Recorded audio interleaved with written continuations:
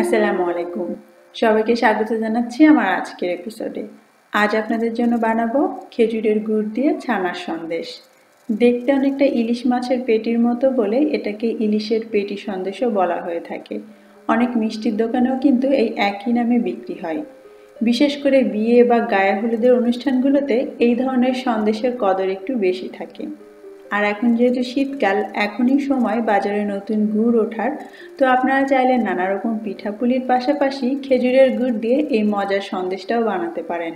খুবই সহজ আর খেতে কিন্তু ভীষণ মজার। আশা করছি আমার আজকের এই রেসিপি আপনাদের ভালো লাগবে। চলুন তাহলে শুরু করা যাক। আজকের সন্দেশ বানানোর জন্য আমাদের প্রধান যে উপকরণ সেটা হচ্ছে ছানা। ছানা কিভাবে তৈরি করতে হয় দুইটি ভিন্ন পদ্ধতিতে আমার চ্যানেলে অলরেডি রেসিপি শেয়ার করা আছে, আপনারা চাইলে দেখে নেবেন। একই সাথে আমাদের লাগবে গুড়। আমি এখানে নতুন খেজুরের গুড় নিয়েছি, নরম গুড়টা এখানে 1/4 কাপ আছে।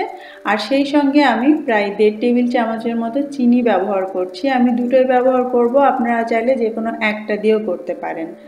আর আমাদের লাগবে সামান্য একটু ঘি, এখানে প্রায় 1 চা চামচের মতো ঘি আছে। এই হচ্ছে আমাদের সম্পূর্ণ উপকরণ। এবার তাহলে চলুন আমরা এই মজাদার খেজুর গুড় দিয়ে ছানা সন্দেশটা বানিয়ে ফেলি। প্রথমে একটা ছড়ানো প্লেটে আমি সেই ছানাটা নিয়ে নিচ্ছি। এখানে 1.5 কাপ ছানা আছে এবং সন্দেশ বানানোর জন্য ছানাটাকে কিন্তু নরম করে বানাবেন, তাহলে সন্দেশ খেতে অনেক টেস্টি হবে। ছানা নরম হোক বা শক্ত হোক, ছানার মধ্যে কিন্তু একটা দানা ভাব থাকে। তো মিষ্টি জাতীয় কোনো কিছু বানাতে গেলে অবশ্যই তাই ছানাটাকে খুব ভালো করে মথে নেবেন। ব্লেন্ড করার দরকার নেই, তাহলে একদম বেশি কাদা কাদা হয়ে যাবে। আপনি হাতেই এইভাবে চটকে চটকে যতক্ষণ না পর্যন্ত আপনার মনে হচ্ছে যে এর ভেতরে দানা ভাবটা যায়নি, ততক্ষণ এইভাবে মেখে নেবেন। 3 থেকে 4 মিনিট ধরে মাখলেই হবে। আপনি চাইলে হাতের তালু দিয়েও ডলে নিতে পারেন।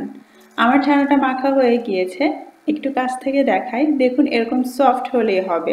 হাত দিয়ে এভাবে ধরে দেখবেন যে ভেতরে কোনো দানা আছে কিনা। না থাকলেই বুঝবেন যে আপনার ছানা মাখা রেডি। এবারে চুলাটা একদম লো আঁচে জ্বালিয়ে তাতে একটা প্যান গরম করে নিয়ে এর মধ্যে সেই ঘি থেকে কিছুটা অংশ দিয়ে দিচ্ছি, সামান্য রেখে দিচ্ছি, পরে কাজে লাগবে। ঘির আসলে খুব বেশি দরকার নেই, জাস্ট প্যান বা কড়াইটাকে একটু তেল তেলে করে নেওয়ার জন্যই ঘিটা দেয়া। আপনি চাইলে ঘি বাদেও করতে পারেন। এবারে এর মধ্যে সেই মেখে রাখা ছানাটা দিয়ে দিব। দিয়ে এই অল্প আঁচেই ঘিয়ের সঙ্গে ছানাটাকে ভালো করে মিলিয়ে নিব। অল্প আঁচে যতক্ষণ না এই ছানাটা একটু গরম গরম হয়ে আসছে, আপনি হাত দিয়ে চেক করে দেখবেন, এবং আরও কিছুটা নরম হয়ে আসছে, ততক্ষণ এইভাবে মেলাতে থাকবেন। 2 থেকে 2.5 মিনিটের মতো সময় লাগতে পারে। এরপরে আমাদেরকে গুড়টা অ্যাড করে দিতে হবে।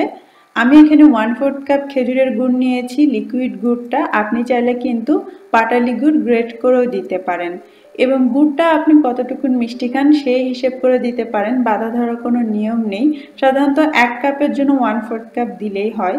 তো আজকে আমি সন্দেশটাকে একটু লাইট কালারে রাখতে চাচ্ছি, গুড় দিয়ে একদম বেশি লাল করব না। তাই আমি বুঝে বুঝে একটু একটু করে এই গুড়টা দিচ্ছি, যতক্ষণ না আমার পছন্দ মতো কালারে এটা থাকছে। আমি পুরো 1/4 কাপ গুড়টা দিয়ে দিলাম 1.5 কাপ ছানার মধ্যে, কিন্তু মিষ্টিটা পুরোপুরি কিন্তু এই 1/4 কাপ গুড়ে আসবে না। বাকি মিষ্টিটা আমি চিনি দিয়ে অ্যাডজাস্ট করে নিব। যখন গুড়টা মিশে যাবে তখন এর মধ্যে আমি 1.5 টেবিল চামচ চিনি দিয়ে দিচ্ছি। এই সন্দেশটা কিন্তু হালকা মিষ্টির খেতে ভালো লাগে, তবে আপনারা যদি কেউ কড়া মিষ্টি পছন্দ করেন অবশ্যই চিনি বা গুড়ের পরিমাণ বাড়িয়ে নিতে পারেন। এখন কাজ হচ্ছে চুলার আঁচটাকে এরকম অল্প রেখেই এই মিশ্রণটাকে শুকিয়ে নেওয়া। একটু সময় লাগবে, একটু নেড়ে চেড়ে আপনি এটাকে শুকিয়ে নেবেন। দেখতেই পাচ্ছেন আস্তে আস্তে কিন্তু মিশ্রণটা বেশ শুকনো টাইপের হয়ে আসছে, আগের মতো নরম নেই। আমার মিশ্রণটা তৈরি হয়ে গিয়েছে প্রায় আধা ঘন্টা পরে। যেহেতু চুলার আঁচ কম ছিল তাই সময়টা একটু বেশি লেগেছে।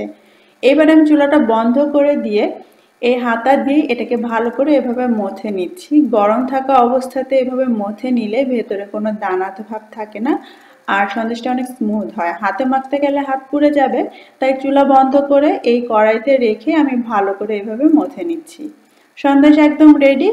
এভাবে একটু চেক করে দেখতে পারেন, সামান্য অংশ নিয়ে গোল করে দেখবেন যে আপনি এটাকে শেপ দিতে পারছেন কিনা বা এটা হাতের সাথে লেগে যাচ্ছে কিনা। এটা দেখুন এরকম হলেই বুঝবেন যে আপনার সন্দেশের মিশ্রণ একদম রেডি। এখন এটাকে নামিয়ে হালকা ঠান্ডা করে নিতে হবে। এবার একটা বোর্ডের উপরে সেই যে বাকি ঘিটা ছিল সেটা ভালো করে একটু মেখে নিচ্ছি, যাতে করে আমরা যখন সন্দেশটা কাটবো খুব সহজে উঠে আসে। তারপরে সেই সন্দেশের মণ্ডটা নিয়ে হালকা করে একটু মথে নিব। আগেই মথেছি, এখন আর তেমন কিছু করার নেই। এবার এটাকে সমান করে একটু বেলে নিতে হবে। আর ওপরটা যাতে তুলনামূলকভাবে মসৃণ হয় এজন্য এর উপরে আমি একটা বেকিং পেপার দিয়ে দিচ্ছি। আপনারা চাইলে এমনি খাতার সাদা কাগজও দিতে পারেন। তারপরে এভাবে সমান করে একটুখানি বেলে নিতে হবে। আপনি যতটা মোটা বা পাতলা রাখতে চান সেই হিসেব করে আপনি এটাকে বেলে নেবেন। তবে খুব বেশি পাতলা করবেন না, তাহলে কিন্তু সন্দেশগুলো ভেঙে যাবে ডিজাইন কাটার সময়।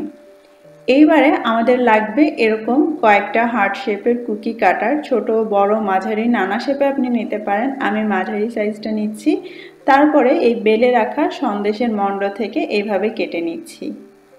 আমি এইটুকুন মোটা করে কেটেছি, আপনি চাইলে আরও মোটা করে কাটতে পারেন বা আরও একটু পাতলা। পুরোটা দিয়ে এইভাবে কেটে নিব। তারপরে বাকি মণ্ডটা দিয়ে আবারও একইভাবে এরকম সমান করে বেলে কেটে নিব। যতখানি আমি ছানার মণ্ড তৈরি করেছিলাম তাতে আমার এরকম 13টা সন্দেশ হয়েছে। আর একটুখানি আমি আলাদা করে রেখেছিলাম, সেটা নিয়ে নিচ্ছি। আর এর সঙ্গে আমি সামান্য একটু ইয়েলো ফুড কালার দিয়ে দিচ্ছি। আপনারা চাইলে চকলেট কালার বা চকলেট পাউডার দিয়েও মেখে নিতে পারেন। তারপরে এই মিশ্রণ থেকে এরকম ছোট ছোট কয়েকটা বল বানিয়ে নিতে হবে। এগুলো আমরা ইলিশের ডিম হিসেবে ব্যবহার করব। এইবারে এই হার্ট শেপটাকে ইলিশের পেটির রূপ দেওয়ার পালা। ছোট্ট একটা চামচ নিয়েছি আমি, আর সেটা দিয়ে মাঝখান থেকে এইভাবে মোটামুটি ওভাল শেপ করে একটুখানি কেটে নিচ্ছি। আপনারা চামচ না চাইলে কিন্তু ছুরি বা চিকন কোনো কিছু দিয়েও এইভাবে কেটে নিতে পারেন। আমি একটা চামচ দিয়ে করছি, আমার কাছে সুবিধা হচ্ছে, তবে ছুরি দিয়েও অনায়াসে করা যায়। মাঝখান থেকে কিছুটা তুলে নেওয়ার পর তারপরে এইভাবে দুই পাশ থেকে একটুখানি কাঁটা চামচ দিয়ে ভাগ করে দিতে হবে। আর সেই যে হলুদ কালার মিশিয়ে রেখেছিলাম যে সন্দেশের মিশ্রণে, সেটা মাঝখানে বসিয়ে দিচ্ছি। আর দুই পাশ থেকে টিপে একটুখানি লম্বা করে দিব। কিছুটা লাগছে ইলিশ মাছের পেটির মতো, তাই না? তবে আর একটু কাজ বাকি আছে। এইবারে আমরা একটুখানি গুড় নিয়ে এইভাবে এই কাটা জায়গাগুলোতে মেখে দিব। ইলিশ মাছের মাঝখান দিয়ে এরকম কিন্তু একটা কালচে বা ব্রাউন ভাব থাকে, তো সেটাই দেওয়ার চেষ্টা করছি। যারা দোকানে বানান তাদের কাছে যে হার্ট শেপের ডাইসগুলো থাকে সেগুলো একটু অন্যরকম থাকে, যার জন্য ওদেরটা হয়তো আর একটু বেশি দেখা যায় ইলিশ মাছের পেটির মতো। তারপরেও ঘরে বানানো হিসেবে আমার মনে হয় না এটা খুব একটা খারাপ হয়েছে। কেমন হয়েছে সেটা অবশ্যই আপনারাই বলবেন এবং অবশ্যই কমেন্টে জানাবেন। এইভাবে করে পুরোটা সন্দেশ দিয়ে আমি ইলিশ মাছের পেটির এই শেপটা দিয়ে নিব। আপনারা চাইলে সন্দেশগুলোকে এভাবেই রাখতে পারেন, অথবা এর সাইড দিয়ে এডিবল সিলভার বা চান্দি বারও তো লাগিয়ে দিতে পারেন। আমি হালকা করে একটু একটু করে লাগিয়ে দিয়েছি, যেভাবে আপনাদের পছন্দ।